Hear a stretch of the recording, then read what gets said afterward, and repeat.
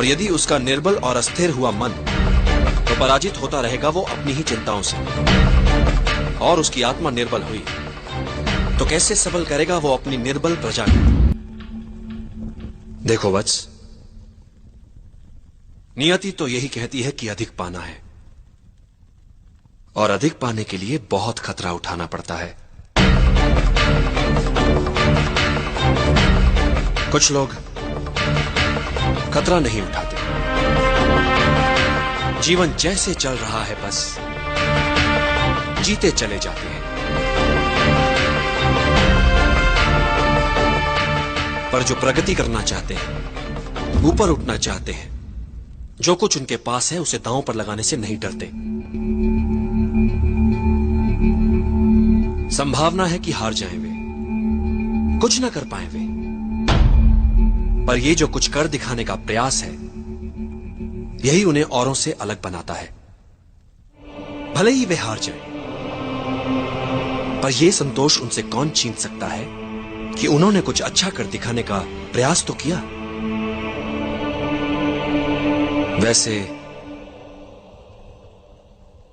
मैं इस चुनौती का निर्णय करता हूं, इसलिए तुम्हें इसमें बेईमानी का कोई भय नहीं होना चाहिए।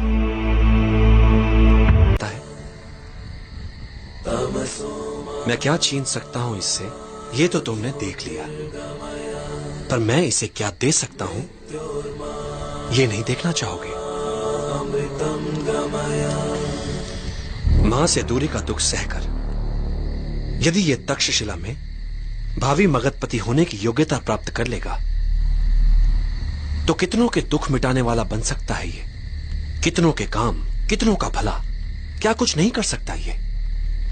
और फिर अखंड भारत का सम्राट बन गया तो अपने साथ साथ अपनी मां का नाम भी इतिहास में अमर कर देगा। ये सुख भला मिल सकता है हर किसी को? नहीं, पर समय से पहले व्यर्थ काल्पनिक सोच मूर्खता होती है वत्स। अभी इसकी तीसरी परीक्षा हुई कहां है, उसे तो हो जाने दो।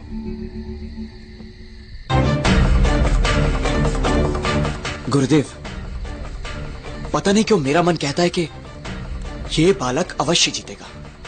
जब स्वतंत्रता के लिए आत्मा को बेचने का प्रश्न सामने आएगा तब ये क्या करता है, देखते हैं।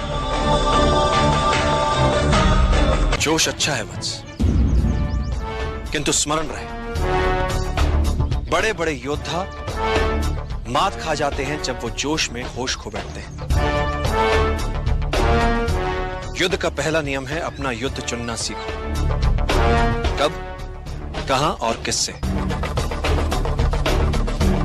युद्ध नीति कहती है कि वार सदैव अवसर देखकर ही करो। मुक्ति तो शीघ्र ही मिलेगी चंद्रगुप्त, किंतु ध्यान रहे, एकाग्रता बनी रहे। कठिन पथ पर चलने पर कई बार धैर्य टूट जाता है, हृदय विचलित होने लगता है, और कई बार तुम स्वयं से प्रश्न पूछ बैठोगे, पर तुम्हारा ध्यान सदैव लक्ष्य पर बना रहे, फिर वो चाहे तुमसे कितना ही दूर क्यों ना हो। मुझे ध्वनि वेदन सिखा सके। एक मार्ग है, जो कुछ भी तुम सीखो इतना मन लगाकर सीखो कि आधी धीरा तुमसे प्रभावित हो जाए, जिससे संभावना बन सकती है उनके शपथ तोड़कर तुम्हें सिखाने की।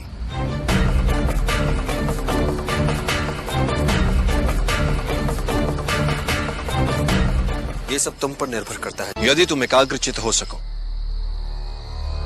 अपने शरीर के साथ साथ अपने मन पर भी अधिकार कर लो, तो एक साधारण शरीर भी असाधारण कार्य कर सकता है, चाहे जितनी पीड़ा हो। यदि तुम्हारा मन उस पीड़ा को माने ही ना तो। इतिहास में ऐसे कई वीरों के विवरण हैं जिनका सर धड़ से अलग हो गया, किंतु वो युद्ध में लड़ते रहे, रक्त की अंतिम बूंद तक लड़ते रहे। उन योद्धाओं को गौरवान्वित करो, बता दो उन्हें कि अब तुमने संभाला है उनका उत्तरदायित्व। निद्रा भोजन भोग भय, ये नर पशु समान। ज्ञान अधिक इक नरन में, ज्ञान बिना पशु जान। चंद्रगुप्त, पृथ्वी पर कई जीव मनुष्य से अधिक शक्तिशाली थे। गाय, बैल, शेर, हाथी सभी मनुष्य से अधिक बलवान थे। किंतु राज किसने किया पृथ्वी पर? मनुष्य ने। कैसे? बुद्धि से। तुम्हें भी बुद्धि से लड़ने वाला योद्धा बनना है चंद्रगुप्त। यदि तुम अपने लक्ष्य को पूरी एकाग्रता